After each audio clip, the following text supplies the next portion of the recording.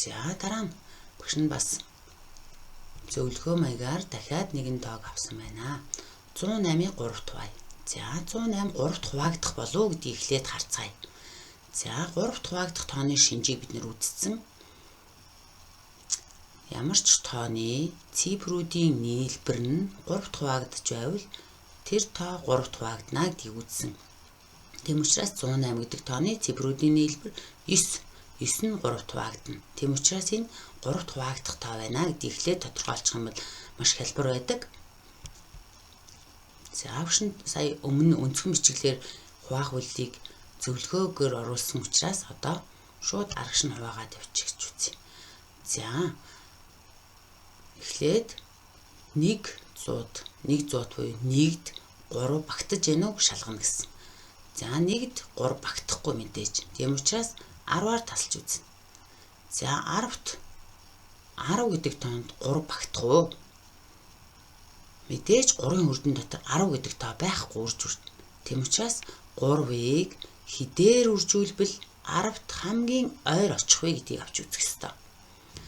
За тэгвэл 3-ыг 3-аар үржүүлэхэд 3-3-ийн 9.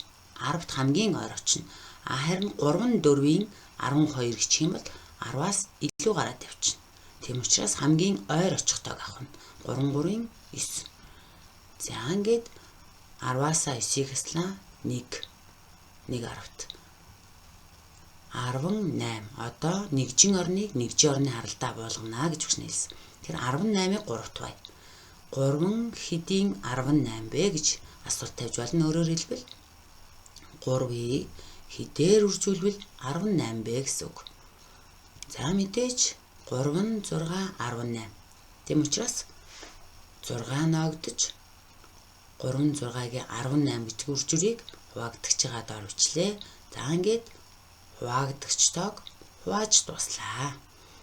Тэгвэл 108-ыг 3 дахин багасгахад 36 ноогдно гэсэн үг. За дараагийн тоог авч үзье. 4 оронтой та авсан байна уу? 2035. Багшигаа дагаад уншаарай. За 2035 гэдэг тоог мөн хуваах үйлдэл үүсгэх гэж дахин багасгах гэж. За 5 дахин багасгах гэж байна. За тэгвэл одоо бид нар бас 5 хуваагдах тооны шинжийг мэднэ. 5 буюу тэгээр төгссөн тоо 5 хуваагддаг. Тэгвэл 2035 гэдэг тоо 5-аар төгссөн учраас энэ 5-д бүтэн хуваагдана гэсэн үг. Бүрэн хуваагдаж дуусна. За одоо хуваах үйлдлийн алхмуудын дагуу гүйцэтгэе. За тэгвэл 2-т 5 багтах уу? Мэдээж багтахгүй. Тийм учраас 20-оор тасалж үзэх юм байна. 20-д 5 багтана. За тэгвэл ноогдворт 1 2 3 оронтой тоо гарна. 3 орноо цэглэнэ. За одоо тэгвэл 5-ыг хідээр үржүүлбэл 20 вэ? Эсвэл 20-д ойр очих вэ гэж үзнэ.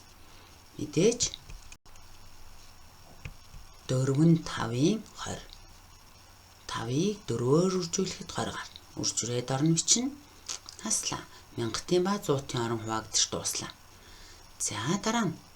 За одоо дараа нь 35 гэдэг тоо 3/5 нэржүүлсэн.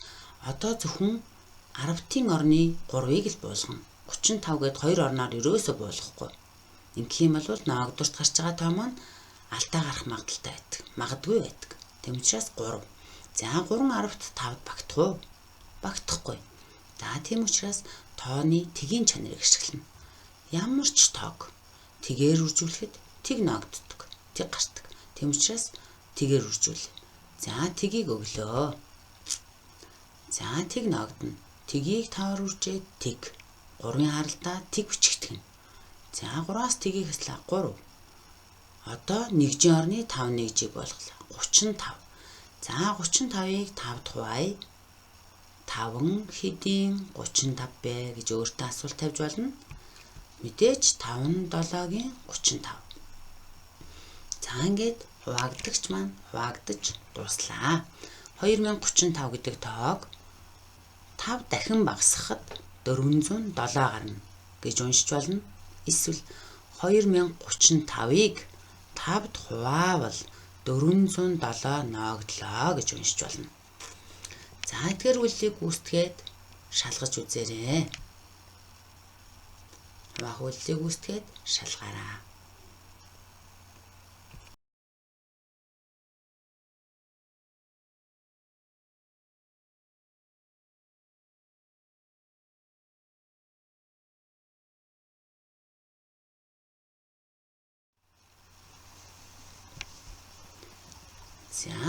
За өнөөдрийн хичээлд анхаарал тавьсанд баярлалаа. Амжилт хүсье хүүхдүүдээ. Бяцхан шавь нартай болон эцэг эхчүүд гэр бүлийнхэнд нь эрүүл энхийг хүсье. Хичээлдээ идэвхтэй оролцсон хүүхдүүддээ баярлалаа.